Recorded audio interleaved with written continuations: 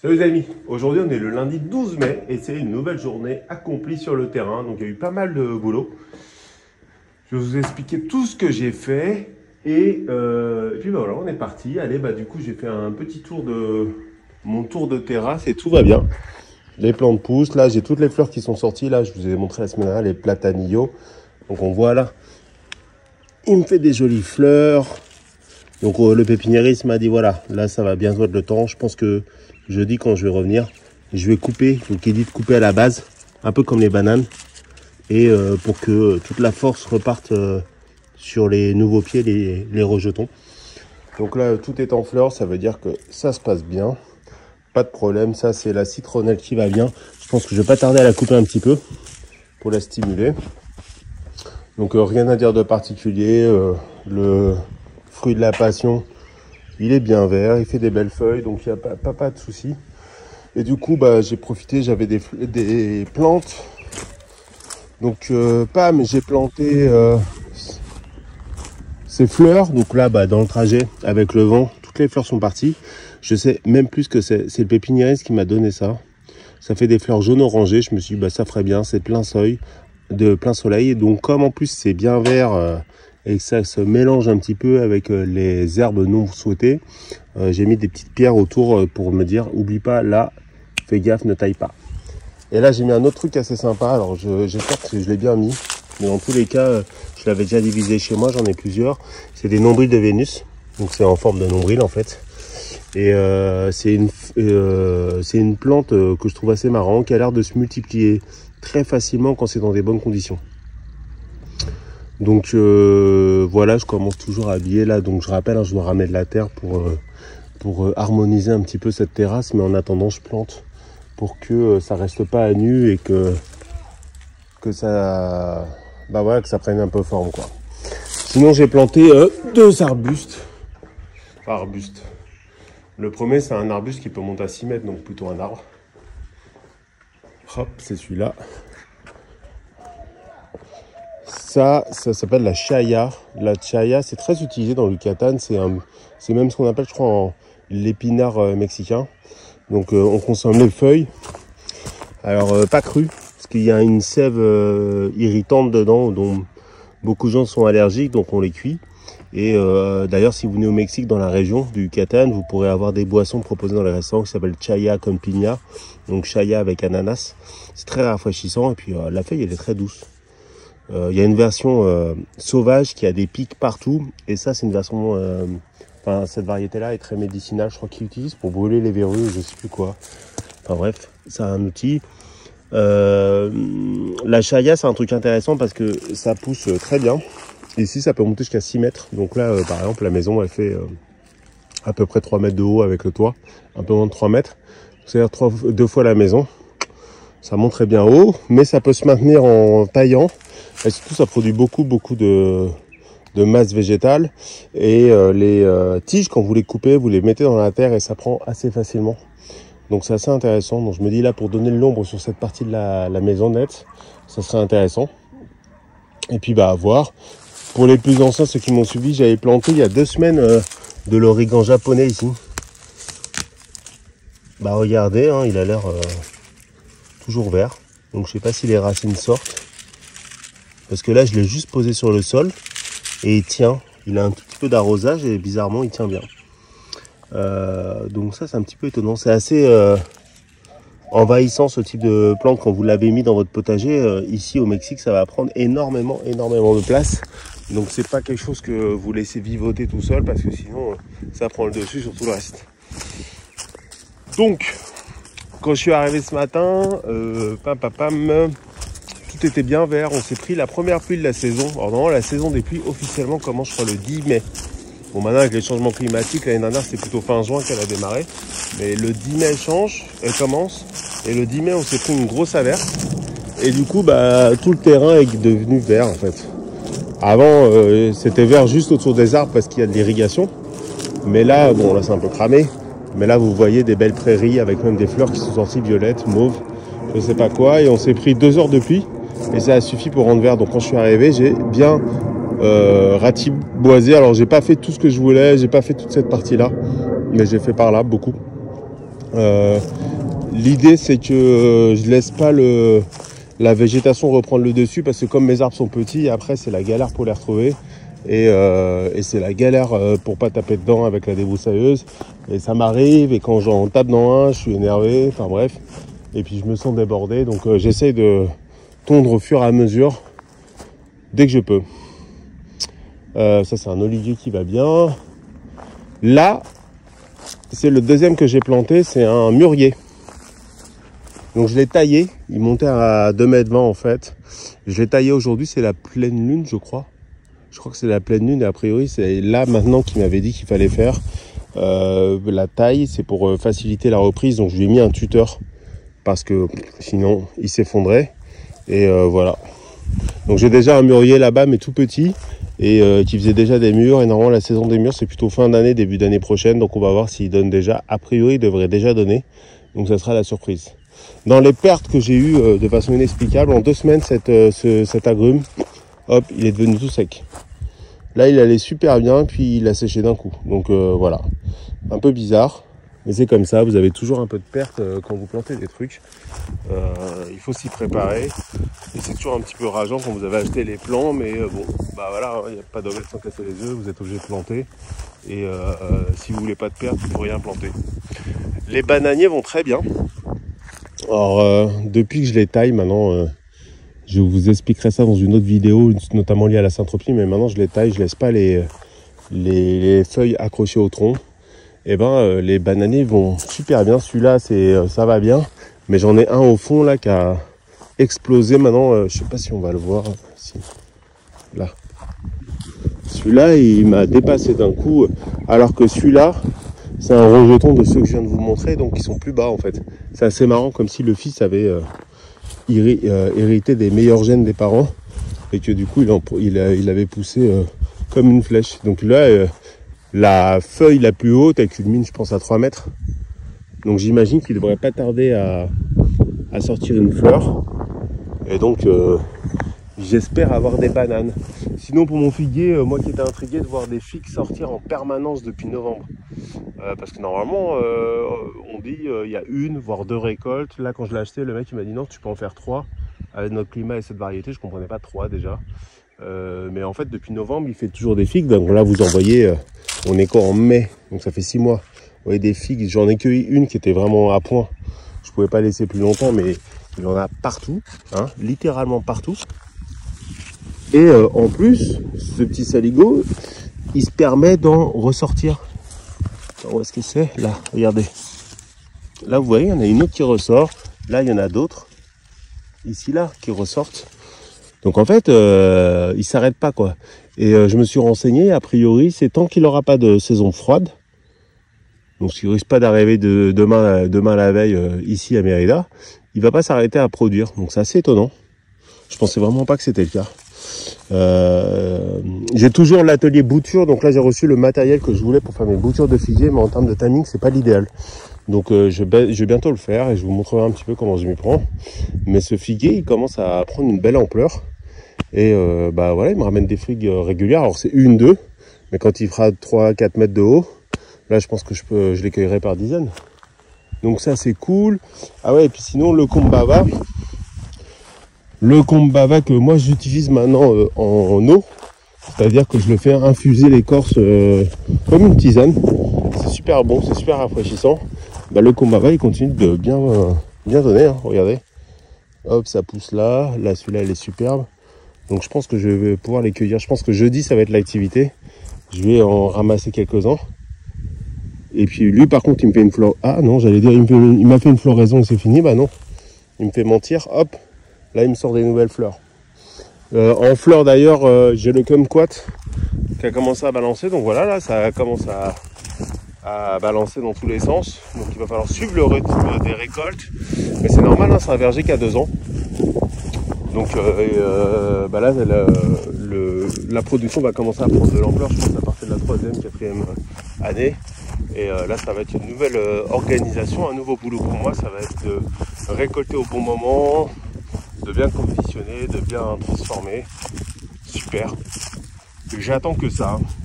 Sinon, mon tournesol, je je le taille, et puis il est de plus en plus beau, quoi. Et maintenant, il me fait une ombre super intéressante sur le basilic, qui, bon, là, il m'a fait des fleurs.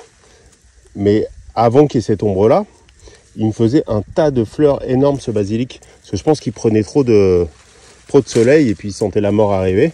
Et puis, bah, maintenant, regardez, il est pas mal du tout. Alors, c'est pas le basilic grand vert comme en France. Il est assez parfumé, mais c'est pas mon préféré. Mais je le fais pousser parce que je trouve ça intéressant, en fait. Et ça m'amène à un autre sujet. Je vais vous mettre une petite vidéo où je vous montre comment j'utilise maintenant ces nouveaux pots flottants. La nouvelle vidéo, je vais la mettre maintenant, tiens. Allez, je vous montre un petit peu ma dernière trouvaille, des pots flottants. Alors le pot flottant, il est composé d'un pot un peu pourri qu'on vous donne, qui est un pot de pépiniériste de basse qualité. Donc là on voit par exemple il est déjà déchiré, mais c'est pas très grave. Donc ce pot va contenir votre plantation. Et ensuite, vous allez mettre ce pot dans la partie qui va l'aider à flotter. En sachant que vous pouvez aussi le bricoler vous-même avec du polystyrène. Mais je ne suis pas un gros fan du polystyrène parce que pour moi ça peut se dégrader vite, surtout en plein soleil et avec de l'eau. J'imagine, il faudrait que je fasse des recherches dessus. Mais voilà, là c'est la version payante. J'ai pas payé ça très cher, j'ai payé ça sur environ 6-7 € l'ensemble sur un site chinois bien connu. Ces pots là sont faits pour être amarrés ensemble, donc vous pouvez en acheter une ribambelle et les amarrer de façon à ce que ça fasse comme une plateforme. Alors le but c'est pas de monter ensemble, mais c'est pour éviter qu'ils se bougent et qu'ils se percutent, j'imagine. En arrière-plan vous voyez j'ai déjà fait un premier essai, donc l'idée c'est quoi ça peut s'utiliser pour tout, mais moi j'ai un problème, c'est que, problème de riz, je suis persuadé que je peux faire pousser des aromatiques dans ce tank-là, dans ce bassin-là, ce qui m'enlèverait le problème la thématique de l'irrigation, parce que du coup l'eau serait en permanence accessible pour les aromatiques. Il est une notoriété que les aromatiques c'est quelque chose qui pousse facilement en hydroponie. Donc on imagine que dans un bassin plein de matière, de nutriments, ça devrait déjà aider à filtrer l'eau, et puis 2 ça devrait se sentir très bien. Donc j'ai fait un premier test là-bas que je vais vous expliquer un petit peu plus, comment je l'ai conçu, avec du basilic et du romarin. Et là je vais faire mon deuxième pot, je vais le faire avec du vaporub et du basilic. Donc j'ai pris un pot que j'ai rempli moi alors de gravier. C'est vraiment purement du gravier. Évidemment avec ce gravier ça flotte quand même. Vous pouvez mettre du terreau spécial aquatique, ou vous pouvez mettre de la fibre de coco, ce genre de choses. Moi j'évite les matières végétales parce que j'ai peur que le temps que les racines se développent et qu'elles capturent toutes ces matières, qu'il y en ait une partie qui se retrouve dans mon bassin, et comme j'ai assez de vase, j'essaie de ne pas en rajouter. Mais bon, une fois que vous avez rempli votre pot de votre substrat, quel qu'il soit, vous allez faire un trou. Alors vous allez faire un pré-trou avec votre doigt, parce que les cailloux, il ne faudrait pas abîmer la tige que vous allez bouturer. Ensuite, vous allez prendre votre tige. Alors là, c'est le vaporub.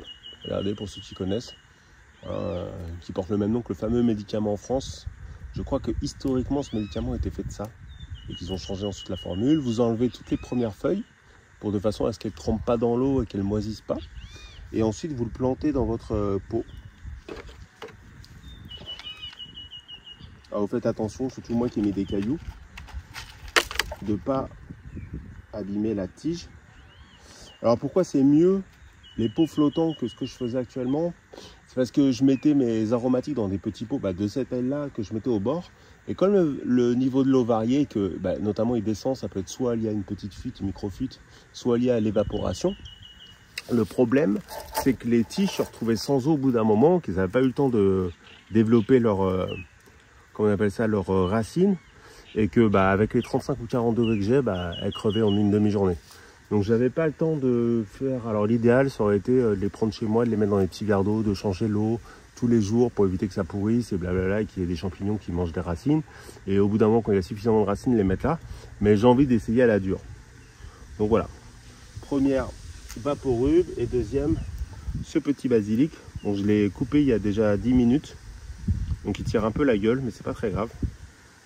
On va voir. Donc j'enlève pareil les feuilles. Maximum. J'en laisse un tout petit peu encore pour qu'il puisse faire de la photosynthèse. La tige est très fragile.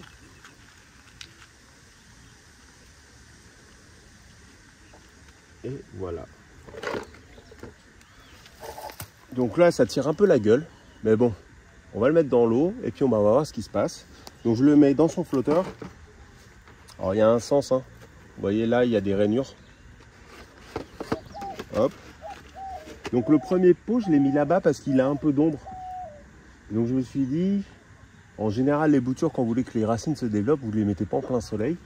Et je me suis dit, bah là, le deuxième pot va tenter. On va voir. De toute façon, ça, je peux l'essayer à, comment on appelle ça, à volonté. C'est juste que ça me prend du temps. Parce que moi, les boutures, je les prends, enfin les tiges, je les prends de mon petit potager.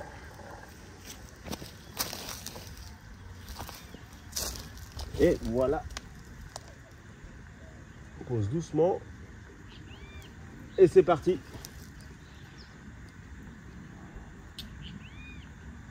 Donc là, je sais que le pot sera immergé suffisamment en permanence, quel que soit le niveau de l'eau, pour que la tige ait toujours un niveau suffisant d'eau. Et après, une fois que les racines se seront développées, il n'y aura plus de problème. Les racines, par capillarité, iront chercher l'eau, sauf si évidemment tout le pot est hors d'eau.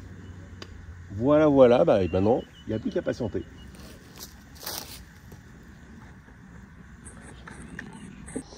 Et donc voilà, c'est parce que jusqu'à présent, mes aromatiques, mes petites aromatiques, elles étaient là. Voilà. Regardez, c'est mort. Parce que le niveau de l'eau varie en fait. Le niveau de l'eau varie. Et comme la tige, elle n'a pas le temps de faire sa racine, des fois elle se retrouve à l'air et elle sèche en quelques heures avec un 35-40 degrés. D'ailleurs, c'est vrai que là, quand on s'est pris la pluie, on était super content parce que on montait sur du 40-41 degrés avec du ressenti thermique à 50 environ. Donc un ressenti thermique à 50, même quand vous avez la clim, elle peut pas baisser votre température de pièce de 15 degrés, c'est pas possible. Ou alors vous avez des clims industriels et donc du coup, bah là, tout le monde crève de chaud. Donc ça ralentit un peu l'activité de tout le monde. Donc on a été bien content d'avoir cette pluie qui a redonné de la fraîcheur samedi et dimanche. Mais bon, là, il nous annonce une semaine assez chaude. Là, regardez, ce petit basilic que j'ai mis, donc une tige. Là, on voit qu'il y a de l'eau, mais pour peu que l'eau baisse un peu trop, comme les racines ne sont pas encore faites, il va crever. Alors que dans les pots flottants, là, comme celui qui est là-bas, il sera toujours immergé, en fait. Quel que soit le niveau de l'eau, les racines, enfin, la tige sera toujours dans l'eau et ça lui laissera le temps de faire ses racines. Et donc, ma grande idée, c'est de faire pousser des aromatiques là-dedans. Un, pour filtrer l'eau. Faut pas se mentir. Et deux, parce que c'est une façon facile pour moi de faire pousser des aromatiques, dans le sens où vous n'avez pas le problème de l'arrosage. L'arrosage, c'est un grand sujet pour tous ces petits végétaux assez fragiles qui ne vont pas supporter quand il y a un 40 degrés sans eau. Enfin là, il y a un petit peu de nuage, tiens. Quand il y a un beau ciel bleu avec un soleil qui tabasse à midi et qu'il n'y a pas d'eau, et ben forcément, vos aromatiques, elles souffrent, même s'il y a un peu d'ombre, avec la chaleur et tout. Et donc là, le fait, regardez cette libellule qui est posée en équilibre... Non, c'est pas une libellule. Si, c'est une libellule, ça. C'est une libellule. C'est les aromatiques qui sont tout le temps dans l'eau, donc on a de l'eau accessible. Du coup, j'imagine qu'elles vont mieux tenir. Donc, je suis en train de faire des tests. Je vous l'ai montré dans la vidéo. J'ai fait basilic, romarin, vaporub. Mais en théorie, tout peut pousser. J'ai de la sauge chez moi, j'ai de la lavande, j'ai plein de trucs. Et donc, comme il y a de la place, c'est un grand bassin, je me dis, pourquoi pas y aller, quoi. Pourquoi pas tenter l'aventure. Et puis, si ça permet de mieux filtrer cette eau verte à cause de tous les arbres que j'ai autour, qui déchargent toutes leurs feuilles dans ce bassin, et allons-y, quoi. Donc là, ça y est, j'ai reçu ma nouvelle caméra. Je ne l'ai pas encore mise. Je pense que je vais la mettre jeudi si j'ai le temps. Jeudi, je suis déjà en train de me faire un gros planning alors que j'ai qu'une heure. Et l'idée, c'est d'avoir une caméra haute définition pour surveiller le bassin et puis pour faire des belles vidéos de tous les animaux qui virevoltent ici. Donc bon, là, vous le savez, il y a les insectes de type libellule, abeilles, moustiques éventuellement, mais surtout il y a des grenouilles. Les grenouilles, j'arrive à les voir avec cette caméra la nuit, mais ça fait une image de très mauvaise définition, donc c'est pas super exploitable. Et puis bah, j'aimerais bien voir tous les animaux qui viennent s'abreuver autour de la mare. Avec cette caméra là, comme la définition n'est pas suffisante, ça déclenche pas l'alarme. Ça déclenche l'alarme, enfin j'ai une alarme qui est déclenchée quand il y a un humain qui va passer autour de la mare, ça va le détecter et puis ça va me prévenir. Mais un animal de la taille d'un chat, non, ça va jamais m'alerter. Donc c'est un petit peu dommage parce que j'aimerais bien voir les animaux sauvages qui viennent s'abreuver ici, parce que c'est sûr qu'il y en a. Et puis bah voilà quoi. Et là j'ai mes pins aquatiques qui sont sortis d'ailleurs. La semaine dernière je vous ai montré, j'ai planté pas mal de trucs, dont cette colocatia là.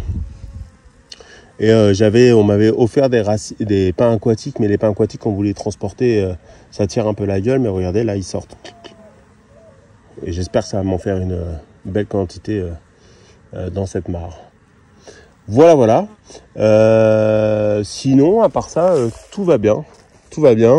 Je me suis fait une session engrais, donc je me suis arrosé, donc ça c'est un enfer. Hein, parce que je dois faire des centaines de mètres aller-retour avec mes bidons d'engrais liquide pour arroser chacun des arbres un par un.